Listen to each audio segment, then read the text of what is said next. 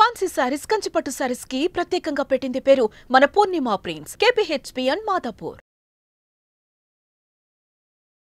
నమస్కారం. కార్తీక పురాణం 20వ రోజు పారాయణలోకి వచ్చాం. 20 రోజులు అయిపోయినాయండి. ఇంకా 10 రోజుల్లో కార్తీకం వెళ్ళిపోతుంది. పృథు చక్రవర్తి దేవర్షి అయిన నారద మహామునిని ఇలా అడుగుతున్నాడు. దేవర్షి, తులసిని స్థాపించి ఆ మండపంలోనే ముందుగా విష్ణు పూజ చేయాలని సెలవిచ్చావు. పైగా తులసిని హరిప్రియ, విష్ణువల్లభ వంటి పేర్లతోటి సంబోధించావు. శ్రీవారికి అంతటి ప్రియకరమైన ఆ తులసి మహాత్మ్యాన్ని వినిపించమన్నారు. తులసి అన్నెడలా కనపడుతుందండి మనకి. ఒక్క తులసి చెట్టు పెట్టుకుంటే ఒక సంవత్సరం 6 నెలలు తిరిగేసరికి చిన్న చిన్న తులసి చెట్లు చుట్టుపక్కల వస్తాయి. ఈ తులసి చెట్టు మీద నుంచి వెళ్ళి గాలి విస్తారంగా వచ్చిందంటే ఈ తులసి రెమ్మలు ఎగిరి ఎక్కడో పడి కింద కూడా చిన్న చిన్న కాస్త మట్టి ఉన్న స్థలాల్లో కూడా తులసి సులువుగా మొలుస్తుంది. తులసిని బ్రతికించడం సులువు, కాపాడడం కూడా సులువే. అంత సులువుగా వచ్చేటువంటి తులసి చెట్టు విష్ణువుకి పరమ ప్రీతికరం అని చెప్తారు. తులసి చెట్టుని ఎట్లా కాపాడాలి, ఎలా సేవించుకోవాలి, ఇవన్నీ చాలా విధానాల ప్రకారం ఉంటాయండి. కొందరి ఇళ్లలో అయితే మాకు అసలు తులసి ఇది లేదంటారు, ఆనమాయి లేదండి, తులసి చెట్టు పెట్టుకోవచ్చు అంటారు. ఆనమాయి లేకపోవటానికి పూజకి ఆనమాయి ఉండదు. నేను కూడా మాకు తులసి పూజ లేదండి. పురాణ సందర్భంలోనే ఈ మాట చెప్తున్నా. తులసి తోటి పూజిస్తాం మేము. తులసికి పూజ చేసే విధానం నా చిన్నతనంలో తెలియదు. నేను బాగా పెద్దదాన్ని అయ్యాక అనంతరమే తెలుసుకున్నా. తులసికి చక్కగా పూజ చేస్తే అప్పుడు సినిమాల్లో చూసేవాళ్ళం. ఏమిటో కొంతమంది చేసుకుంటారు అనుకునేవాళ్ళము. తులసిని పూజించడం వల్ల మనకి ప్రధానంగా వనగూడే ప్రయోజనం ఏంటంటే, ఒక ఎక్కువ ఆరా కలిగి ఉంటుంది, జీవశక్తి ఎక్కువగా కలిగి ఉంటుంది తులసి చెట్టు.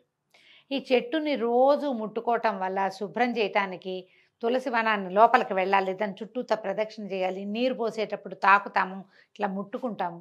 ఇవన్నీ కూడా మనకి ఆరోగ్యానికి చాలా మంచిది. ప్రధానంగా స్త్రీల ఆరోగ్యానికి తులసి చెట్టు సేవ ఎక్కువ మంచిది. అందుకని పూర్వ ఋషులు మనకి ఆలోచించి ఈ తులసి విధానాన్ని ప్రవేశపెట్టారు, పూజా విధానాన్ని. పూజ లేదు కానీ తులసిని మన పెరట్లో పెంచుకోవచ్చు కదా. ఆ లక్షణంగా అయినా మనం దాని దగ్గర శుభ్రం చేస్తాం, దాని చుట్టూతా తిరుగుతాం, ముట్టుకుంటాం. ఏ ఆరోగ్యానికి అవసరమైందో జలుబు చేసిందని 2 తులసి దళాలు తెంపి నోట్లో వేసుకుంటాం, ఏదో ఒకటి చేస్తాం. ఆనమాయి లేకపోయినా తులసి చెట్లు పెంచుకోవచ్చండి. మనం పరమ పవిత్రగా భావించేటువంటి తులసమ్మ తల్లి గురించి ఇప్పుడు చెప్తున్నారు కథ. నారదుడు చెప్తున్నాడు, శ్రద్ధగా వినురాజా. పూర్వం ఒకసారి ఇంద్రుడు సమస్త దేవతా అప్సర సమేతుడై శివదర్శనార్థం కైలాసానికి వెళ్ళాడట. ఆయన చుట్టూతా మొత్తం నవగ్రహాలు, తర్వాత అప్సరోగణము అంతా మందిమాగదులతో సహా వెళ్ళాడు. వెళ్ళేసరికి ఆ సమయానికి పరమేశ్వరుడు భేతాళ రూపిగా ఉన్నాడట. అయితే భీత మహాదంశ నేత్రాలతోటి మృత్యుభయంకరంగా ఉన్న ఆ స్వరూపంలో ఉన్న ఆయన్ని శివుడుగా గుర్తించలేక ఈశ్వరుడు ఎక్కడున్నాడు, ఏం చేస్తున్నాడు అని ఆయననే ప్రశ్నించాడట ఇంద్రుడు. కానీ ఆ పురుషోత్తముడు జవాబు ఇయ్యలేదు. ఆయన మంచి రౌద్రంతో ఉన్నాడు. నేను శిక్షిస్తున్నాను, ఎవడు రక్షిస్తాడో చూస్తానని ఏం చేశాడట ఇతను, ఇంద్రుడు వజ్రాయుధంతో అతని కంఠసీమ మీద కొట్టాడు, మెడ మీద కొట్టాడట. మెడ కొట్టేసరికల్లా మెడ నల్లబడింది. అక్కడి నుంచి ఏమైంది, ఈ వజ్రాయుధం మాత్రం బూడిదైపోయింది.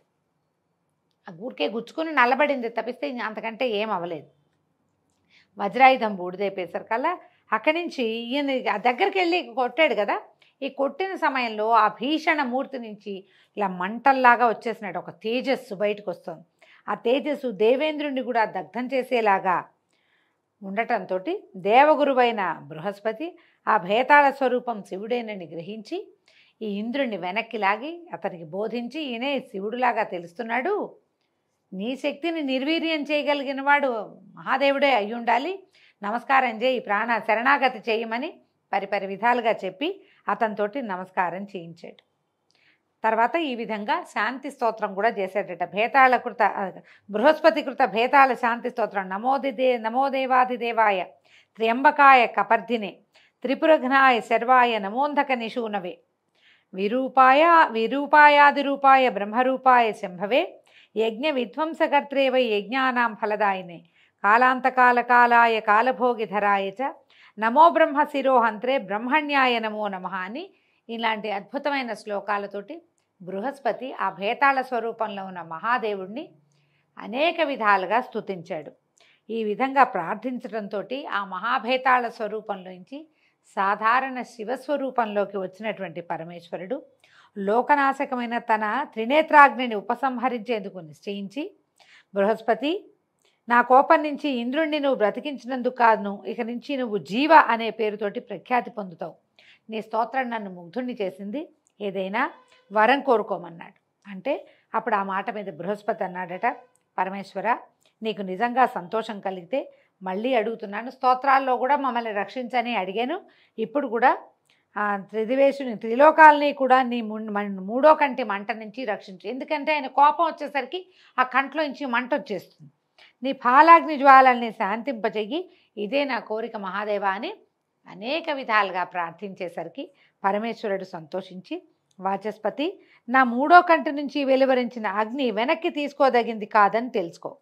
అయినా నీ ప్రార్థనని మన్నించి ఈ అగ్ని లోకదహనం చేయకుండా ఉండేందుకు గాను సముద్రంలోకి చిమ్మేస్తున్నాను. అంటే ఎప్పుడైతే ఇంద్రుడు ఈయన్ని దెబ్బ కొట్టాడో ఆయన త్రినేత్రం తెరుచుకుంది.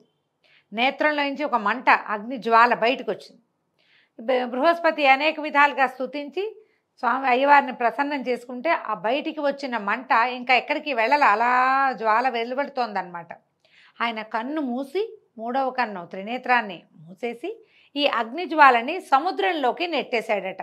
నెట్టేస్తే అలాగే చేసేసరికి ఆ అగ్ని గంగాసాగర సంగమాన పడి బాలక రూపాన్ని ధరించింది. సముద్రంలో పడితే ఏమయ్యేదో నదీ సాగర సంగమంలో పడేసరికి సంగమంలో ప్రాణులు పుడతాయి కదా, మనకు కూడా అంతే, సంగమం వల్లే సంగంతో ప్రాణులు పుడతాయి. ఈ నదీ సాగర సంగమం అంటే స్త్రీ పురుష సంగమం లాంటిదే అది. ఆ సంగమంలో ఎప్పుడైతే ఈ అగ్ని జ్వాల వెళ్ళి పడిందో అదొక బాలక రూపాన్ని ధరించిందట. పుడుతూనే ఏడ్చిందట. ఎట్లాంటి ఏడుపు అంటే అది ఆ రోదన ధ్వనికి స్వర్గాది సత్యలోక పర్యంతము, స్వర్గంతో పాటు సత్యలోకం దాకా అంటే బ్రహ్మదేవ లోకం దాకా కూడా చెవుడు వచ్చేసింది, చెవులు దిబ్బళ్ళేసేసినట్టు ఆ ఏడుపు శబ్దానికి. ఆ రోదన ధ్వని విన్న బ్రహ్మ పరుగున సముద్రుడి దగ్గరికి వచ్చి ఈ అద్భుత శిశువు ఎవరి పుత్రుడని సముద్రుడిని అడిగేసరికి సముద్రుడు ఆయనకి నమస్కరించి, గంగా సంగమంలో జన్మించాడు కనుక ఇతను నా కుమారుడే, మరి వీడికి జాతకర్మాది సంస్కారాలు చేయమని కోరాడట. మా సంగమంలో పుట్టాడు కాబట్టి, పైనుంచి వచ్చినా కూడా మన వల్ల జన్మించాడు కాబట్టి వీడు మా పుత్రుడేనని సముద్రుడు ఒప్పుకుని వీడి జాతకర్మలు చేయమంటే ఈ పిల్లవాడు చంటివాడు, అది పుట్టిన పిల్లవాడట. బ్రహ్మదేవుడు గడ్డాన్ని పట్టుకుని ఊగటం మొదలుపెట్టేట. గడ్డం పట్టేసుకున్నాడు గట్టిగా. కొంతమంది చంటి పిల్లలు చూడండి, వేళ్ళు పట్టుకుంటారు, వదిలిపెట్టరు, అప్పుడప్పుడు కనపడుతుంది రేర్గా. ఈ పిల్లవాడు మహాబలశాలి అవ్వటం, రుద్రాంశ సంభూతుడు అవ్వటం వల్ల అలాంటి తీవ్రమైన ధోరణి ఉందన్నమాట వాడికి. ఆ పట్టుకుని ఊగుతుండే సర్కల్ బ్రహ్మదేవుడికి కళ్ళ నీళ్ళ పర్యంతం ఎంత గడ్డం పట్టుకుని వెంట్రుకలు పట్టుకుని లాగితే నొప్పెట్టదు. ఆ ఒకసారి బాధ కలిగి ఆయన కంట్లో ఇంచి ఒక చుక్క నీరు వచ్చిందట. విధాతనట, ఓ సముద్రుడా, నా కళ్ళ నుంచి రాలి చిందిన నీటిని ధరించిన వాడుగా వీడు జలంధరుడు అనే పేరుతోటి విఖ్యాతుడవుతాడు. కంటి నీటిని, బ్రహ్మదేవుడి కంటి నీరు వాడి మీద పడింది, ఆ పిల్లవాడి మీద, అందుచేత జలంధరుడు అనే పేరుని పెట్టాడట. సకల విద్యావేత్త, వీరుడు అయి శివునిచే తప్ప ఇతరులకు వధించరాని వాడవుతాడు అని దీవించి పట్టాభిషిక్తుని చేశాడు. పరమేశ్వరుడి చేతిలోనే వీడికి మరణం ఉందని చెప్పి దీవించి వాడిని పట్టాభిషిక్తుని చేశాడు. ఆ జలంధరుడికి కాలనేమి అనే రాక్షసుడి కూతురైనటువంటి బృందనిచ్చి వివాహం చేశారట. రూపవయోబల విలాసుడైన జలంధరుడు బృందను భార్యగా స్వీకరించి దానవాచారుడైన శుక్రుని సహాయంతో సముద్రం నుంచి భూమిని ఆక్రమించి స్వర్గంలాగా పరిపాలించడం మొదలుపెట్టాడు. రుద్రాంశ సంభూతుడు అవటం వల్ల పరమ బలశాలిగా తయారయ్యాడు. అత్యద్భుత వీర్యాన్ని కలిగి ఉన్నాడు, పరాక్రమశాలిగా. తర్వాత బ్రహ్మదేవుడి వరం వల్ల, వరగర్వంతో వాడు గర్వించి లోకాలన్నింటినీ జయించి పరిపాలించడం మొదలుపెట్టాడు. నారద మహర్షి ఇంకా చెప్తున్నారు, పూర్వం దైవోపహతమై పాతాళాది లోకాలలో దాగిన దానవ బలమంతా ఇప్పుడు జలంధరుని ఆశ్రయించి నిర్భయంగా సంచరించడం మొదలుపెట్టింది.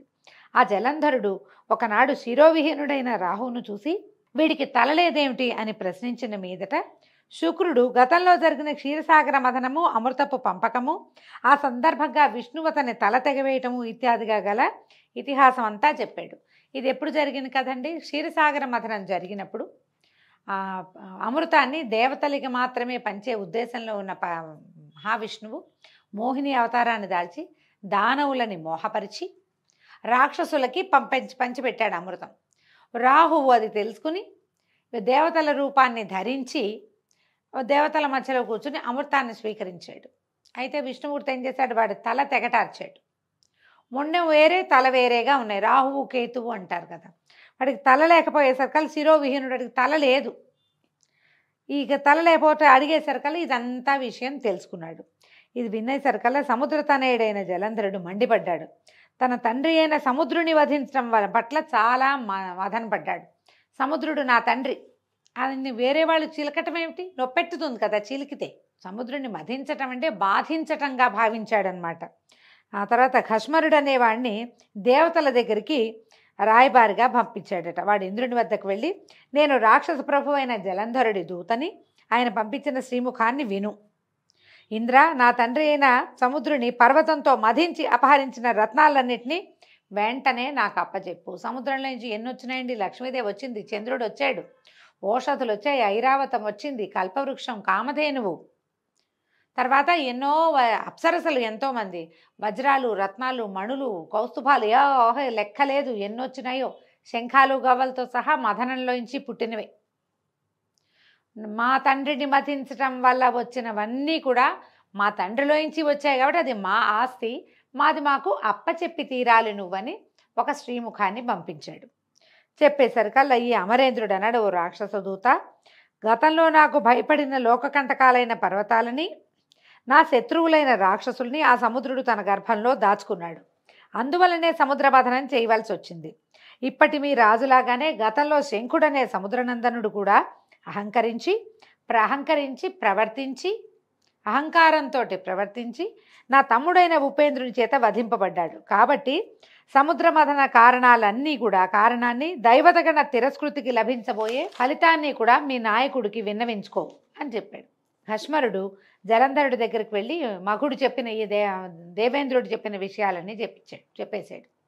ఆయన కేకలేశాడు, తిట్టాడు, దురుసుగా ప్రవర్తించాడు, దిక్కుని చోట చెప్పుకోమన్నాడు.